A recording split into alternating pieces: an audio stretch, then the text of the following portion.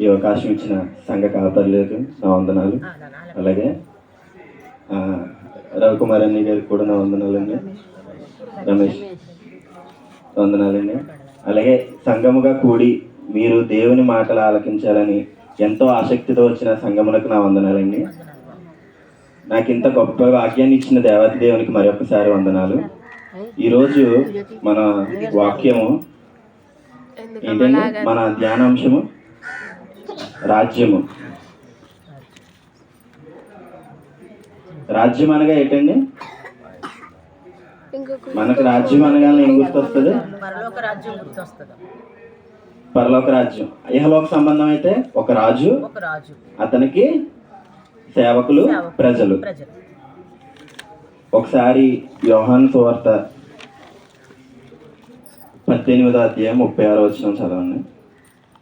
యేసు, నా రాజ్యము ఈ లోక సంబంధమైనది కాదు, నా రాజ్యము ఈ లోక సంబంధమైనది అయితే నేను యూదులకు అప్పగింపబడకుండానట్లు నా సేవకులు పోరాడుదురు, గాని నా రాజ్యము ఇహ సంబంధమైనది కాదనెను. Okay, next. అందుకు పిలాతు చాలక కీర్తనలో 145:13వ వచనం కూడా ఒకసారి చదవండి. నీ రాజ్యము శాశ్వత రాజ్యము, నీ రాజ్య పరిపాలన తరతరములు నిలుచును. ఓకే, చిన్న ప్రార్థన చేసుకోవచ్చు. దయగల మా తండ్రి, కృపలుగా మా ప్రభువా, ఇదిగో నాయన నీ వాక్యమును ధ్యానించుచుండగా నాయన నీవు నాయన నాలో నుండి నాయన ఇదిగో నాయన వాక్యమును నాయన విత్తుమని అడుగుతున్నాను తండ్రి. నాయన ఇదిగో తండ్రి, నీవు నాలో నుండి నాయన ఇదిగో నాయన సంగముగా కూడి ఉన్న ప్రతి ఒక్కరితో మాట్లాడమని నాయన అడుగుతున్నాను తండ్రి. ఆమేన్. ముందుగా రాజ్యం అనగానే మనకి ఏం గుర్తొస్తుందండి? ఈ లోక సంబంధమే అయితే ఒక రాజు, అతనికి సేవకులు, ప్రజలు. కానీ పరలోక రాజ్యంలో ఏముంటదండి?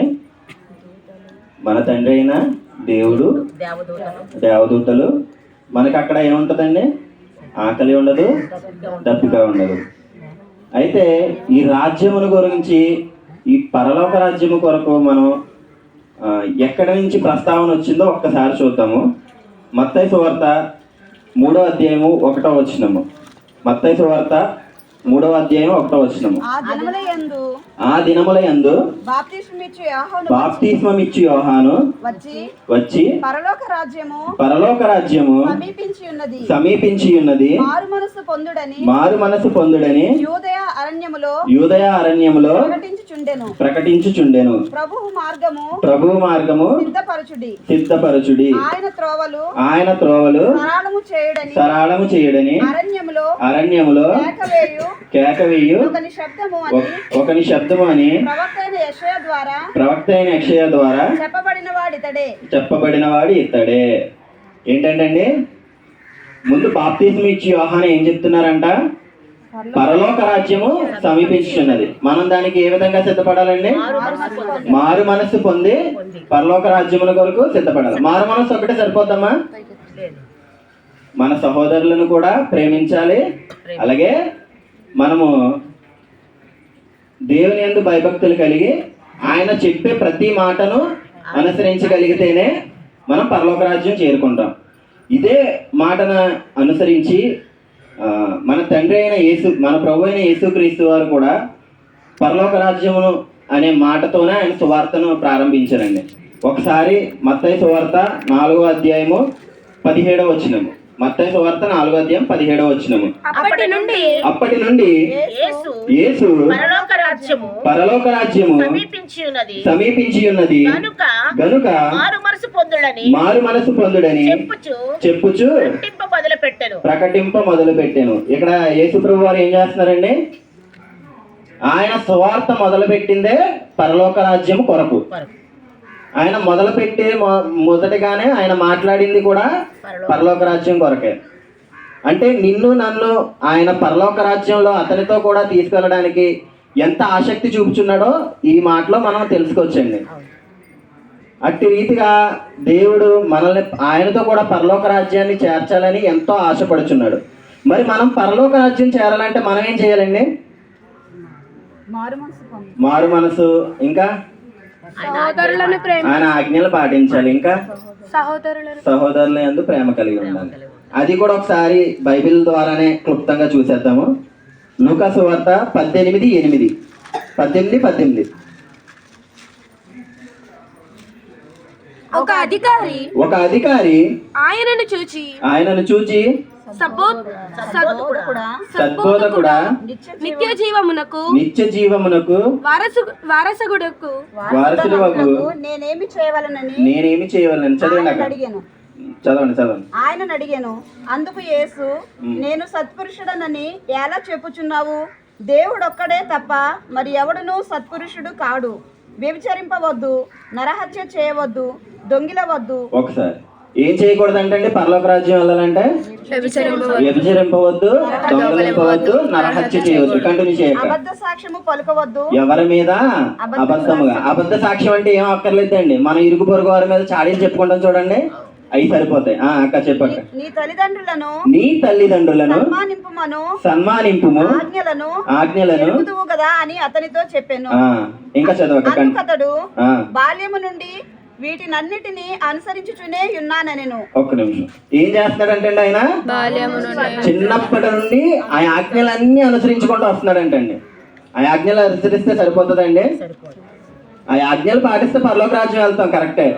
కానీ ఆ ఆజ్ఞలను మాత్రమే అనుసరిస్తే పరలోక రాజ్యం వెళ్తామా? ఆజ్ఞలను మాత్రం పాటిస్తే కాదండి. అక్కడ నెక్స్ట్ చదవక. యేసు విని నీకింకా ఒకటి కొదువుగా ఉన్నది. ఏంటంటే ఇంకా ఒకటి కొదువుగా ఉంది. ఆయన ఎన్ని పాటించాడండి? దేవుడు చెప్పే ప్రతి ఆజ్ఞను పాటించినా ఇంకా ఒకటి కొదువుగా ఉంది. చెప్పక. నీకు కలిగినవన్నీ బీదలకిమ్ము, అప్పుడు పరలోకమందు నీకు ధనము కలుగును. నీవు వచ్చి నన్ను వెంబడింపుమని అతనితో చెప్పాను. అతడు మిక్కిలి ధనవంతుడు గనుక ఈ మాటలు విని మిక్కిలి వ్యసన పడగా, యేసు అతని చూచి, ఆస్తి గలవారు దేవుని రాజ్యంలో ప్రవేశించడం ఎంతో దుర్లభము.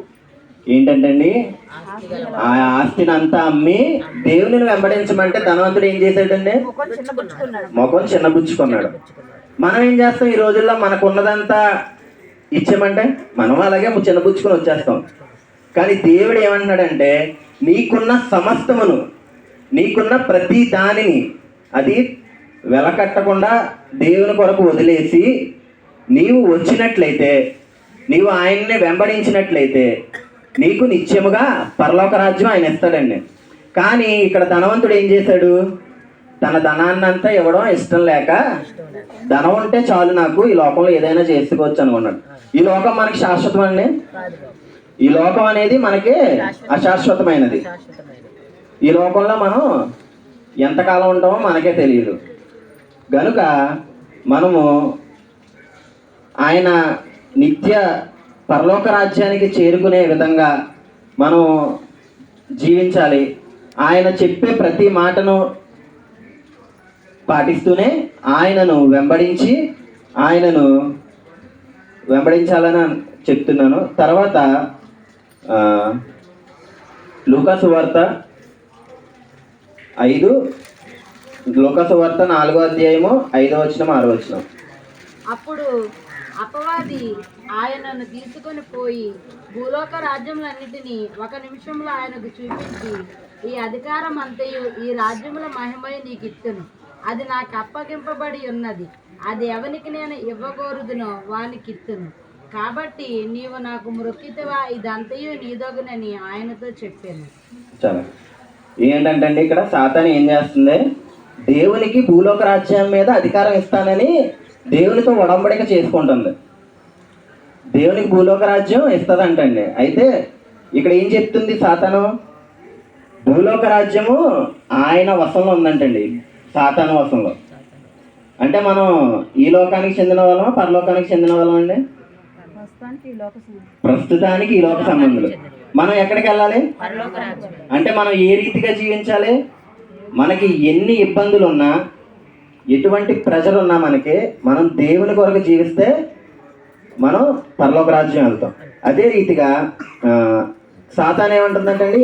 దేవునిని సాతానికి మ్రొక్కితేనంట ఈ లోక మహిమ ఆయనకి ఇస్తుందంటండి. ఈ లోక మహిమ ఆయనకి అవసరం అండి? ఆయన నిత్యము పరలోక రాజ్యంలో దేవదూతలచే మన మన అధికారాలు గొప్పలకే పోకుండా మనం దేవుడు చెప్పిన మార్గాన్ని ఎంచుకుని మనం దేవుని కోసం నిలబడితే మనం దేవుని రాజ్యంలో నిత్యముగా ఉంటాం. అదేవిధంగా మనకి ఇవన్నీ పాటిస్తే దేవుని రాజ్యంలోనికి వెళ్తామని ఉంది. మరి దేవుని రాజ్యంలోకి వెళ్ళకుండా ఆపేసి మనల్ని ఏమున్నాయండి? అవి కూడా ఒకసారి చూద్దాము. నేను చిన్న ఉదాహరణ చెప్తాను. నాకన్నా కొంచెం నా సండే స్కూల్ అక్కడ ఉన్నారు, ఏదన్నా తప్పు ఉంటే ఒకసారి సరిచేయండి. అపోస్తుల కార్యముల నుంచి మనకు తెలిసిన కదే 5వ అధ్యాయంలో అననీయ సప్ఫీరా వీళ్ళిద్దరూ ఒక పొలాన్ని అమ్ముతారు దేవునికి ఇవ్వాలని. చాలా భక్తిగా ఇవ్వాలనుకుంటారు. కానీ పొలం అమ్మేసరికి వాళ్ళ దగ్గరికి ఏమొస్తుందండి? ధనం వచ్చేసరికి వాళ్ళకి ఏమవుతుంది? ఆశ పుడుతుంది. ధనం వచ్చేసరికి ఆశ పుడితే వాళ్ళు ఏం చేస్తారంటే సగం ధనాన్ని దాచిపెట్టేసి కొంత మాత్రమే దేవుని వద్దకు తీసుకువెళ్ళి ఇంత ధనానికి మాత్రమే మేము అమ్మాము, ఎంతే వచ్చింది మేము అమ్మితే ఎంత డబ్బులు వచ్చినాయి మాకు అని దేవునికి ఇస్తారు. అయితే ఇక్కడ ఏం జరిగిందంటే దేవుడు ఇచ్చే గొప్ప ఈవులను, ఆయన నిత్యరాజ్యాన్ని వాళ్ళు అక్కడ కోల్పోయారు. అదే రీతిగా మన సమాజంలో ఏ రీతిగా ఉన్నాం? మన సమాజంలో మనం ఏ రీతిగా ఉన్నాం? ఇహలోక ఆడంబరాలు, ఇహలోక సంబంధమే జీవించుతున్నాం తప్ప దేవుని కొరకు మనం ఏమీ చేయట్లేదు.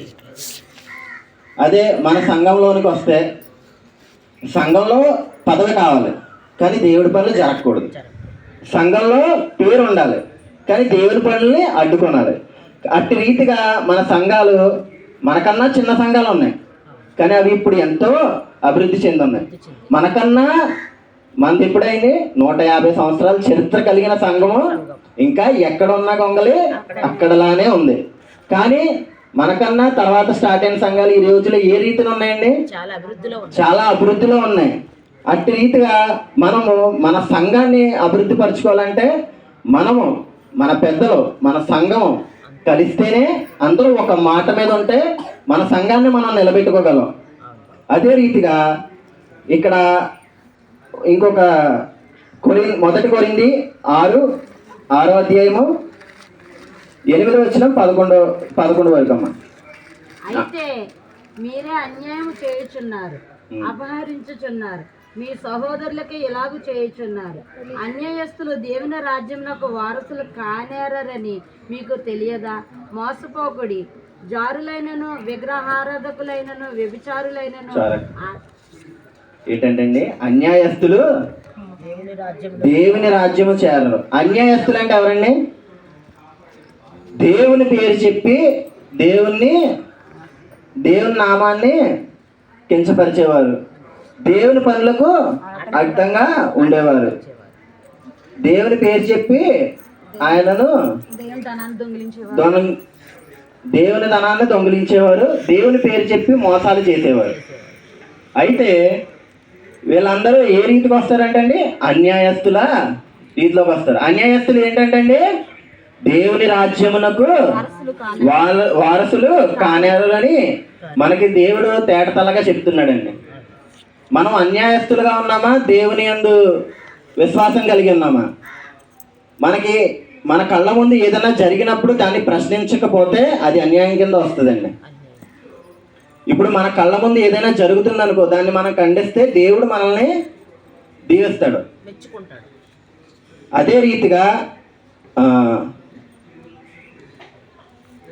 లూకాసు వార్త 13వ అధ్యాయము 27 నుంచి 28. అప్పుడు ఆయన మీరెక్కడి వారో మిమ్మును ఎరుగనని మీతో చెప్పుచున్నాను. అక్రమము చేయు మీరందరూ నా యొద్ద నుండి తొలగిపోండని చెప్పును. అబ్రహాము, ఇస్సాకు, యాకోబులను సకల ప్రవక్తలను దేవుని రాజ్యంలో ఉంటయు మీరు వెలుపలకు త్రోయబడటయు మీరు చూచినప్పుడు మీరు ఏడ్చుచు పండ్లు కొరుకుదురు. ఏంటంటే అక్రమం చేయ వాళ్ళని ఏం చేస్తున్నారంటే బయటకు పొమ్మని నిశ్చయముగా వెలుపలకు వెలుపలకు తోసేస్తున్నారు. అంటే అక్రమం చేయడం అంటే ఏంటండి? దేవునికి దేవునికి విరోధముగా ఉండడం. నీ సహోదరుని మీద నీవు ద్వేషం కలిగి ఉన్నా అది అక్రమమే. నీవు దేవుని రాజ్యంలో చేరాలంటే ముందు నీ సహోదరులను నువ్వు ప్రేమించాలి. నీ సహోదరులను ప్రేమించలేనిదే నీవు దేవునిని ప్రేమించలేవు, నీవు దేవుని రాజ్యానికి అర్హుడవు కాలేవు. అదే రీతిగా ఇక్కడ ఎవరు ఉంటారంటండి అంటే సకల ప్రవక్తలు దేవుని రాజ్యంలో ఉంటారు. అక్కడ నుండి వాళ్ళు లోన్ ఉండడం, నిన్ను బయటకు తోసేయడం చూసి నువ్వేం చేస్తావంట? ఏడ్చుచు పళ్ళు కొరుకుచు మరియు జనులు తూర్పు నుండి పడమట నుండి ఉత్తరము నుండి దక్షిణము నుండి వచ్చి దేవుని రాజ్యమందు కూర్చుందురు. అక్కడ మనం ఏం చేస్తామండి? అందరూ అక్కడి నుంచి వచ్చి కూర్చుంటుంటే మనం వెలుపలకు వచ్చేస్తాం. మనం పాపము చేస్తూనే ఉన్నామనుకోండి, పాపం అంటే మన శరీర క్రియలు కావచ్చు, మన ఆలోచనలు కావచ్చు, మనం డైలీ చేసే పనులు కావచ్చు, అందులోనూ పాపం ఉంటుంది. ప్రతి విషయంలోనూ నువ్వు దేవునిని మహిమపరచాలంటే నువ్వు దేవుని ఆజ్ఞలను గైకొని ఆయన ఆజ్ఞానుసారం జీవిస్తే నీవు ఖచ్చితంగా పరలోక రాజ్యం చేరుతావండి. నువ్వు దేవుని రాజ్యం నుంచి బయటకు తోసే రీతిగా ఉన్నావా, దేవుని రాజ్యంలో ఉండే రీతిగా ఉన్నావా, ఒకసారి మనం పరిశీలన చేసుకుందాం. అదే రీతిగా మనకి తెలిసిన ఉపమానమే, ధనవంతుడు దేవుని రాజ్యంలో ప్రవేశించుట కంటే ఒంటె సూది బెజ్యములో దూరట సులభం అంట. ఒంటె ఎంత ఉంటదండి? సూది బెజ్జు చాలా చిన్నది, దారం వెళ్ళడానికి కూడా సరిపోదు. అంటే నీవు పేదలని కనికరించినదే నీవు పరలోక రాజ్యం చేరలేవు. నీకన్నా తక్కువ ఉన్న వారిని నీవు కనికరించినదే నీవు పరలోక రాజ్యం చేరలేవని దేవుడు తేటతెల్లగా చెప్తున్నాడండి.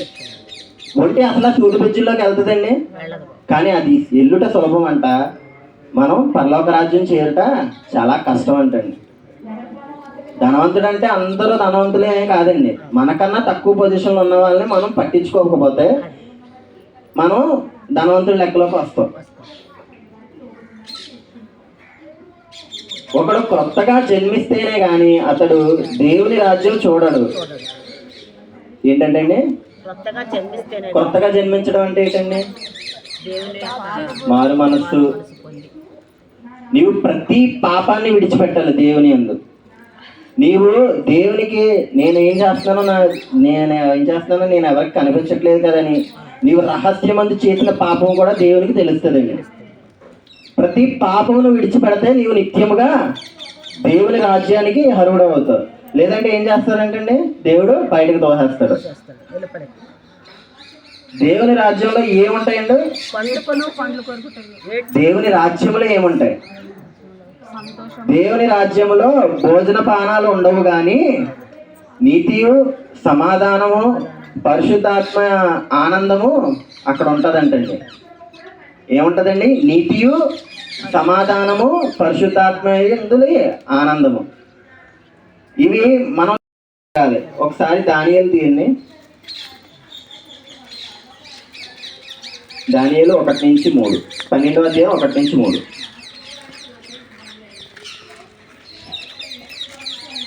ఆ కాలమందు ఈ జనుల పక్షమున నిలిచినట్టి మహా అధిపతియగు మికాయేలు వచ్చును.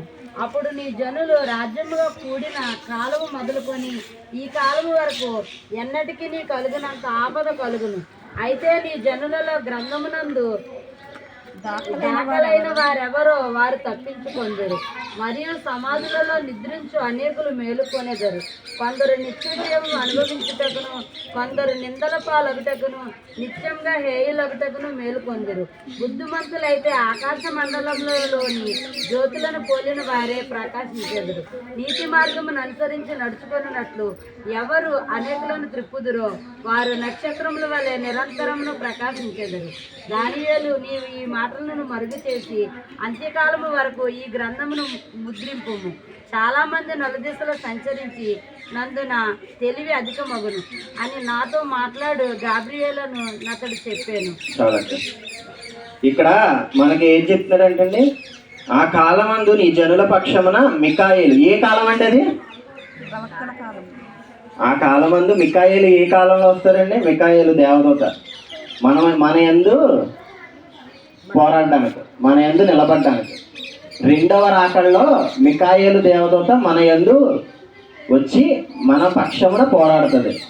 తర్వాత అక్క, అప్పుడు నీ జనులు రాజ్యముగా కూడిన కాలం నీ జనులు రాజ్యముగా కూడిన కాలము మొదలుకొని ఈ కాలము వరకు ఈ కాలము వరకు ఎన్నటికి ఆ, కలుగనంత ఆపద కలుగును. ఏంటంటండి, నీ జనులు రాజ్యముగా కూడినది మొదలుకొని ఇప్పటి వరకు. ఎప్పటి నుంచి అంటే ఆయన జనులు రాజ్యముగా కూడుకొని ఇప్పటి వరకు ఎన్నడూ ఎప్పుడు చూడలేని గొప్ప ఆపద కలుగుతుందంటండి. ఆ ఆపదలకే మనం ఏమవుతామండి, అసలు తట్టుకొనలేము. తర్వాత అయితే ఈ జనులలో గ్రంథమునందు దాఖలైన వారెవరో వారు తప్పించుకొందురు. ఒక నిమిషం, గ్రంథం అంటే ఏంటండి? ఇక్కడ జీవ గ్రంథం. జీవ గ్రంథంలో మనం దాఖలు చేసుకోవాలంటే ఏం చేయాలండి? జీవ గ్రంథంలో మనం దాఖలు చేసుకోవాలంటే ఏం చేయాలి? అక్కడ దాఖలైన వారు అని ఉంది కదా. జీవ గ్రంథంలో దాఖలు చేసుకోవాలంటే మనము దేవుని చిత్తానుసారం జీవించి దేవునికి లోబడి ఉంటే మనం జీవ గ్రంథంలో దాఖలు చేసుకోగలం. చెప్పక మరియు సమాధులలో అక్క, నిద్రించు అనేకులు మేలుకొనెదరు. కొందరు నిత్య జీవము అనుభవించుటకును, కొందరు నింద పాలగుటకును, నిత్యముగా హేయులగుటకును మేలుకొందురు. ఆయన రెండో రాకల్లో ఏమవుతుందంటే అండి, సమాధులలో నిద్రించువారు చాలా మంది లెగుస్తారంట, కానీ కొంతమంది మాత్రమే నిత్య జీవం అనుభవిస్తారు. మరి కొంతమంది ఏం చేస్తారంటే అండి, నిందల పాలగుతారు, హేయులగుతారు. ఆ తీర్పు వచ్చే వరకు వాళ్ళు నిందలు అనుభవిస్తూనే ఉంటారు. అయితే మనము నెక్స్ట్ చదవక, బుద్ధిమంతులైతే ఆకాశ మండలంలో జ్యోతులను పోలిన వారే ప్రకాశించెదరు. ఇక్కడ బుద్ధిమంతులు అనేవారు ఎవరండి? దేవుని ఎరిగి ఆయనను అనుసరించేవారు బుద్ధిమంతులు. ఆకాశంలో జ్యోతుల వలె ప్రకాశిస్తారంటండి. ఏ రీతిగా? నక్షత్రాలు ఎంత దూరంలో ఉంటాయి మనకి? కొన్ని వేల కిలోమీటర్ల దూరంలో ఉంటాయి. ఆకాశంలో జ్యోతులు అనగా అవే. అవి రాత్రిపూట మనకి ఎంత కాంతినిస్తాయండి నక్షత్రాలు? అంత దూరాన్ని ఉన్నా మనకు అంత కాంతినిస్తున్నాయి. వాటితో పోలుస్తున్నారండి దేవుడు ఇక్కడ మనల్ని. ఆయన బుద్ధిమంతులైతే, ఆయన ఎరిగిన వారైతే ఆకాశంలో జ్యోతుల వలె వెలుగుతారంటండి. అక్క నెక్స్ట్, నీతి మార్గమును అనుసరించి నడుచుకొనున్నట్లు ఎవరు అనేకులను త్రిప్పుదురో వారు నక్షత్రము వలె నిరంతరమును ప్రకాశించెదరు. ఏంటంటే నీతి మార్గమును అనుసరించి, నీవు దేవుణ్ణి తెలుసుకుంటేనే మాత్రం సరిపోదండి. దేవుని తెలుసుకుంటేనే మాత్రం సరిపోదు. దేవుని భారాన్ని నీ భుజాల మీద మోసుకొని కొందరిని నీవు దేవుని వైపు తిప్పుతాయి. వారు నక్షత్రముల వలె నిరంతరము ప్రకాశిస్తారంటండి. ఇక్కడ సూర్య చంద్రులకు ఒక నిబంధన ఉంది. సూర్యుడు ఉదయం మాత్రమే రావాలి, చంద్రుడు రాత్రి మాత్రమే రావాలి, చంద్ర నక్షత్రాలు. కానీ ఇక్కడ ఏముంది? లేదు, మన ఇరుగు పొరుగు వారితోనే పంచుకోవడం లేదు. ఇంకా నీవు దేవుని వైపుకి ఎవరిని తిప్పుతావండి? ఆయన రాజ్యంలో ప్రవేశించాలంటే మనం కొంతమందినైనా దేవుని వైపు తిప్పాలి కదా. కనీసం మనం ఒక్కరినైనా దేవుని వైపు తిప్పగలుగుతున్నామా? కనీసం ఒక్కరినైనా. ఇంతకాలం మనం చిన్నప్పటి నుంచి మన చర్చిలో సండే స్కూల్, యూత్ లీగ్, స్త్రీల సమాజం ఇలా చేసుకుంటూనే వస్తున్నాం కదా. ఒక్కరికైనా మనం మన వినిన వాక్యాన్ని పంచుకోగలిగామా? ఏ రోజన్నా ఒక్కరినైనా మనం దేవుని వైపు తిప్పగలిగామా? ఒకసారి మనల్ని పరిశీలించుకుందాం. దేవుడు ఏం చెప్తున్నాడు? నీవు వినిన దానిని వదిలిపెట్టకుండా నీవు ప్రకటించాలి. దేవుని రాజ్యభారాన్ని నీవు మోస్తే నిత్యముగా నీవు దేవుని రాజ్యంలో ప్రవేశిస్తావు. ఆయన రాజ్యం ఏ రీతిగా ఉంటుందండి? నీ రాజ్యము శాశ్వత కాలం ఉండును. ఇది మనకి భూలోకం ఎంతకాలం ఉంటుందండి? ఇప్పుడు ప్రధానమంత్రి మోడీ గారు ఉన్నారు. ఆయన చెప్పగలరా నేను 100 ఏళ్ళు నేను ఏలేస్తాను దేశాన్ని? మరుక్షణం ఏం జరుగుతుందో మనకు తెలియదు. సమస్తము ఎరిగిన దేవుడు ఆయన. ప్రతి విషయము ఆయనకి మరుగైనది ఏది లేదు. గనుక మనం ఏం చేయాలంటే దేవుని ఆజ్ఞలను గైకొని ఆయన చెప్పిన ప్రతి మాటను అనుసరించి ఆయన ఏ ఉపమానం చెప్పినా ప్రతి ఉపమానంలో మనకి పరలోక రాజ్యం కోసం ఉంటుందండి. బుద్ధి గల కన్యకలు, బుద్ధి లేని కన్యకలు చూసుకున్నా, తప్పిపోయిన కుమారుని కోసం చూసుకున్నా, ఏ ఉపమానం చెప్పినా ఆయన అయితే విడిచిపెడతామో దేవుడు ఆ రోజు మనల్ని నిశ్చయముగా ఆయన రాజ్యంలో వారసులకు అవకాశం ఇస్తారండి. మనం నిత్యము ఆయన రాజ్యంలో ఆయనతో కూడా ఉండేటట్లు మనందరం ఇంటికి వాక్యం ఫలింపజేయను కాక. ఆమేన్. పాట నేను చెప్పాలనుకుంటున్నాను. మరి చిన్నప్పటి నుంచి సండే స్కూల్కి నా స్టూడెంటే, ట్యూషన్ కానీ సైన్స్ కానీ మరి ఎంతో చక్కగా ఎదుగుతూ ఉండేవాడు. మరి విషయం ఏంటంటే ఈ వయసుకు వచ్చినా కూడా నేను కొంతకాలం దూరంగా ఉన్నాను కదండి, మ్యారేజ్ చేసుకొని దూరంగా వెళ్తాను. నేను వచ్చినప్పటి నుంచి మళ్ళీ సండే స్కూల్ స్టార్ట్ చేశాను. మరి ఈ రాజుబాబు ఎలా ఉంటాడంటే వాళ్ళ ఏరియాలో పిల్లలు ఎలా ఉంటారంటే అసలు మాట వినాలండి. ఆ పిల్లలు చిన్నపిల్లలు మనం ఎవరిని చెప్పినా వాళ్ళు రారు, వాళ్ళ పేరెంట్స్ మరి పంపించినా వాళ్ళు రారు. అలాంటిది తమ్ముడు వెళ్ళి పిలివంగానే వాళ్ళు నుంచుంటే వాళ్ళు చక్కగా వాళ్ళ చుట్టూ ఉండాలన్నమాట పిల్లలంతా కూడా. మరి మేము కొన్ని రోజుల నుంచి క్యాంపెయినింగ్ చేస్తున్నాం, సందర్శనకి ఎవరు రావట్లేదని. మరి నేను వెళ్ళి చెప్పడం జరిగింది కానీ వాళ్ళు ఎవరు రావట్లేదు. అప్పుడు రాజుబాబు చెప్పి నాన్న ఎవరు రావట్లేదని అన్నప్పుడు మరి ఎంతమంది అంటే ఒక ఇస్రాయేల్ సైన్యులాగా తీసుకుని వస్తాడనమాట. ఈ చర్చిపేటలో పిల్లలు కూడా సరిపోరు, వాళ్ళ ముందు ఒక చర్చిలో అంతా కూడా వాళ్ళే ఉంటారు. మరి విషయం ఏంటంటే అంతమందిని తీసుకొస్తాడు, చక్కగా పిల్లలతో పాటుగానే వెనకే కూర్చుంటాడు. ఏ రోజు సండే స్కూల్ లీడ్ చేయాలని కానీ ముందుకు కానీ రావడం తనలో నేను చూడలేదు. ఇంకొకటి ఏంటంటే నేను క్లాస్ చెప్తున్నప్పుడు పిల్లలతో పాటే కూర్చుంటాడు. నిజంగా నాకు ఎంత సంతోషం అనిపిస్తుంది అంటే చిన్నప్పటి నుంచి నాతో తిరిగి ఉండి కూడా మళ్ళీ ఇప్పుడు చక్కగా తనతో పిల్లలందరూ కూడా సండే స్కూల్ లీడ్ చేస్తారు. రాలేని పిల్లలకి కలర్ చెప్పడం ఏదో చేస్తారు. కానీ ఇప్పుడు కూడా వచ్చి ఆ పిల్లల పక్కన కూర్చొని చక్కగా వింటున్నప్పుడు నాకు చాలా తమ్ముడికి అంత తగ్గింపు అని చాలా సంతోషం అవుతుంది. మరి ఈరోజు తమ్ముడు వాక్యం వినడానికి దేవుడు మరి కృప చూపించారు.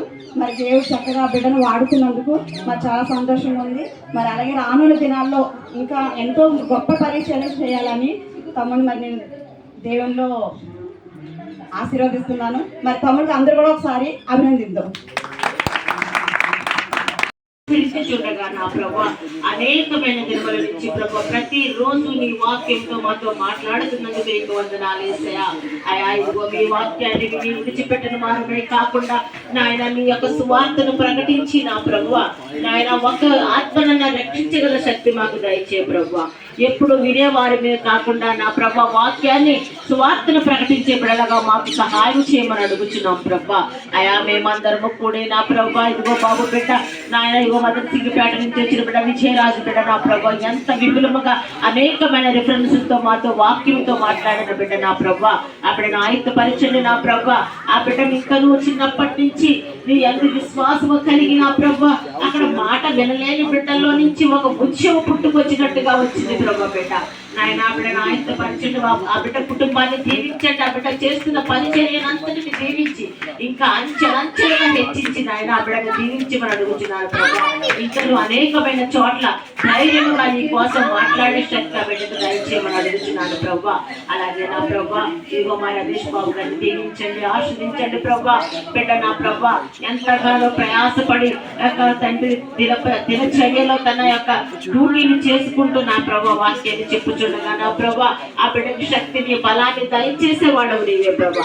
అనేకమైన టెన్షన్స్, అనేకమైన బాధలు, అనేకమైన ఇబ్బందులు, ఎప్పుడు ఎక్కడికి వెళ్ళాలో తెలియలేని పరిస్థితులు అయినప్పటికీ కూడా నీ యొక్క వాక్యాన్ని చెప్పడానికి అనేక మంది బిడ్డలు నా కోసం చూస్తున్నారని ఎంతగానో నాయన ప్రయాసపడి పరిగెట్టుకుంటూ వచ్చి నీ యొక్క అపొస్తలుడైన పౌలు గారిలాగా నా ప్రభు వాక్యాన్ని ప్రచారం చేస్తున్నాడు ప్రభు. నాయన ఓపికతో నా ప్రభు పరిగెడుతూ మాకు వాక్యాన్ని అందిస్తున్న బిడ్డ నాయన చక్కగా నాయన బిడ్డ విషయంలో మీరు సహాయం చేసి అధికారులకు లోబడి నా ప్రభు బిడ్డ నా ప్రభు మాకు ఎంతగానో వాక్యం చెప్తున్న బిడ్డ ఆస్వాదించమని అడుగుతున్నాను. ఆ యొక్క నాయన ఆ యొక్క చేస్తున్న వృత్తినంతని దీవించమని అడుగుతున్నాను ప్రభు.